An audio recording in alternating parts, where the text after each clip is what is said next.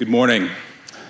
It's a real honor to share with you this brief student testimonial this morning. But as much as this is a student testimonial, this is also a charge to Missio Seminary, to the faculty, staff, and board of trustees of the seminary.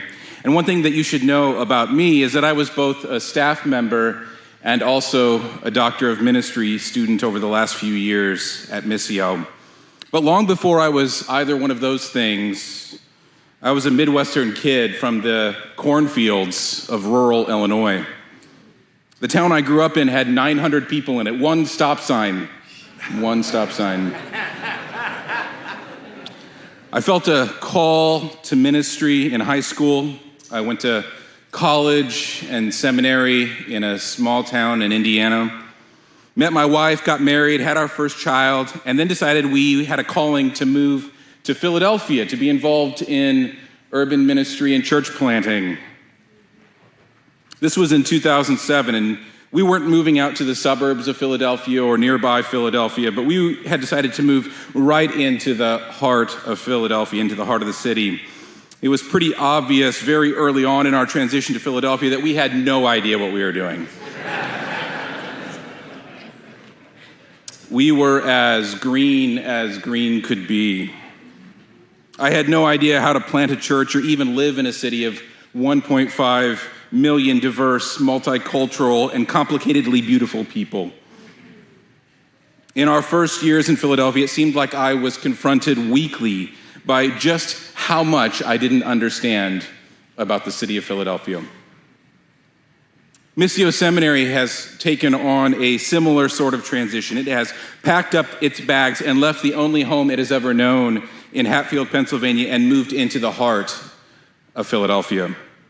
Though much better equipped and with more collective experience than I had as a 26-year-old guy, there are still going to be some years of transition, fumbles, mistakes, frustrations, and yes, joys.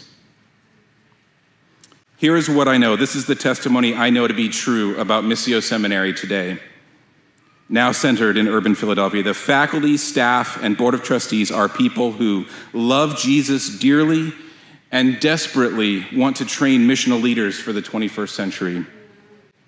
As a collective, there's a growing intercultural intelligence and humility and a greater diversity of leadership voices at the table.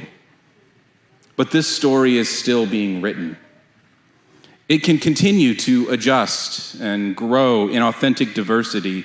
If it can do this, Missio Seminary has an opportunity to be a place of theological learning and spiritual development in the center of Philadelphia for generations of future pastors and missionaries for this diverse region. As Missio continues to grow into this new urban multicultural reality, it must reckon with its own past as a school primarily founded to educate suburban and rural Reformed white men.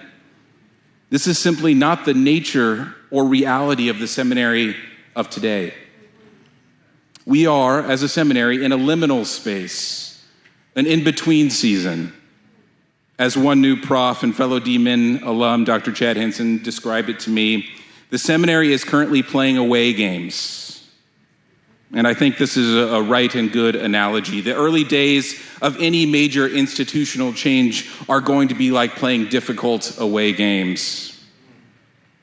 The early days in Philadelphia were also difficult for my family and I. Just imagine if I had, in those days, a seminary to turn to, a place of beautiful cross-cultural and cross-denominational connection, a place of missional training embedded in the city, connected to every fiber of the city of Philadelphia, a place to grow and learn from humble practitioners, from people deeply formed by Jesus. I believe this is what Missio Seminary is and also is becoming. Missio has taken on this bold move from the only home it has ever known in Hatfield and moved into the heart of Philadelphia.